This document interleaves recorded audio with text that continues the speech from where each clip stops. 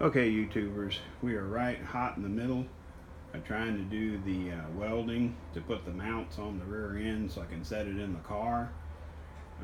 I've decided the best, most efficient way for me to put this in the car is without the axles, the backing plates, the caliper brackets, all that crap removed, because it's pretty heavy. It's possibly heavier for sure than the 7.5 10 bolt I'm taking out of the vehicle.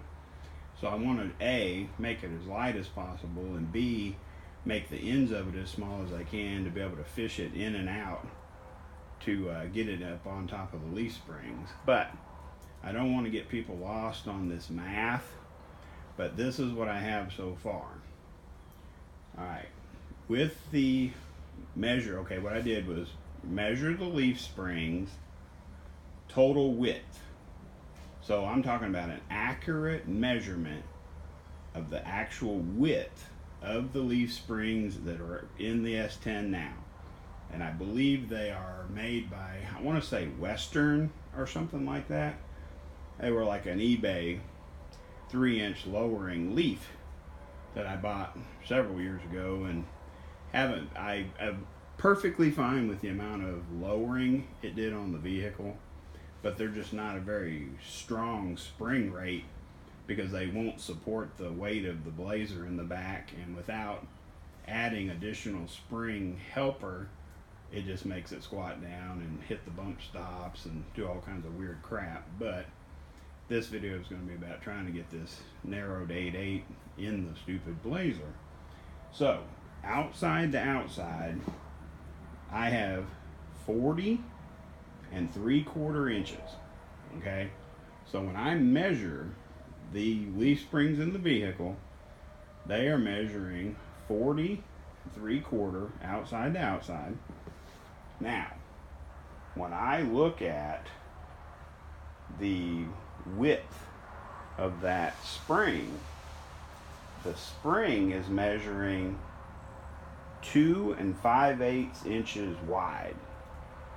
Okay, so I'm doing as accurate a measurement as I can to get the complete width of those springs in the vehicle. So remember, outside to outside on the leaf spring measured 40 3/4. Those springs are 2 5/8 wide. So basically what I was doing was finding the absolute center of where the, I'm going to call it the locating hole for the axle mounts. Let me show you one on the video. Sorry about that. So the hole in the middle of this mount, and I'll tell you how I figured out where it goes. Alright, the axle housing inside the flange, okay, so what we're talking about, let me rotate you guys around just a hair. What I'm talking about is inside this flange. So basically what I did was I clamped a ruler, on that flat surface on both sides and measured from the inside of this flange to the inside of that flange on the other side is 50 1/2 inches. Okay, we don't need to worry at all about the pinion because we know the 4-8 pinion is not a quote-unquote centered pinion to begin with. But we know that our backing plates, our caliper brackets, all that stuff is a constant. So what we need to know is inside those outer flanges, how wide are we? Okay, that's 50 1/2 inches. Now, when you, let me make sure I get my math right here, because I have everything written down on a box, because that's how, high tech I am.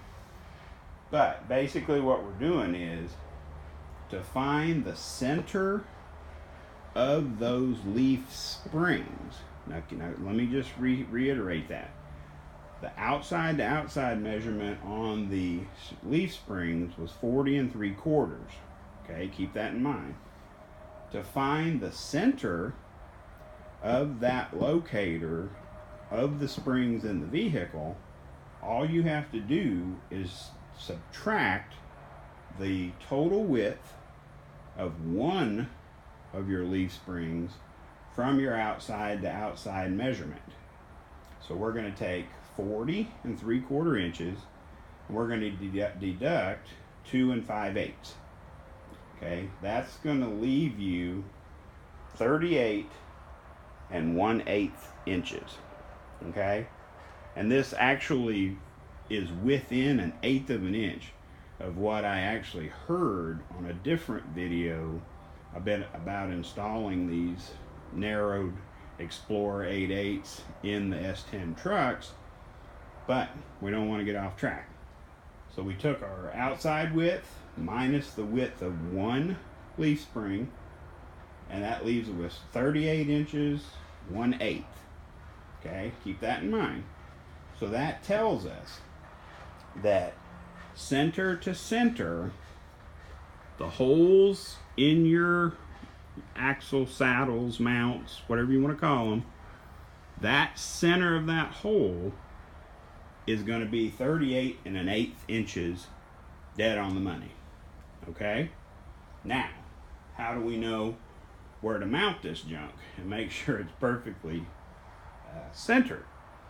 What I did was I took 50 1/2 inches, which is our total width inside the flange, 50 1/2 minus the 38 1/8 we just had. And you guys feel free to do decimals instead of fractions, because that's what I did. I'm just trying to make it easier for you guys to mentally, picture what I'm doing. 50 1/2 minus 38 1/8 leaves 12.375. Okay? Okay. So that's the number we need to divide by 2. Okay? So take 12.375, divide it by 2, so we can find out what we need to do on each side. That equals 6 3/16, or 6.187, and then it's got a 5 on it, but my God, if we're that picky about it, is it even worth doing? So the center of this little hole, I can show you again, is going to be 6 3/16 of an inch from the inside of that outer flange. Okay, how do we want to eyeball welding that thing on there? Heck no. We're going to measure everything and make sure it's exactly where we want it. So what do? We measured the outside to outside of this little mount, which was 1 inch 900 thousandths. Now what we do is we take that outside to outside measurement of our new mount, divide it by 2. That's 950 thousandths. Okay? So if we take our 6 3/16, actually 6.1875, and minus our 950 thousandths, that gives us a measurement of 5 inches 237.5, like 237.2375. So you're going to have 5.2375 from your outer flange to the inside lip of your new mount. Remember, we're talking about these mounts again.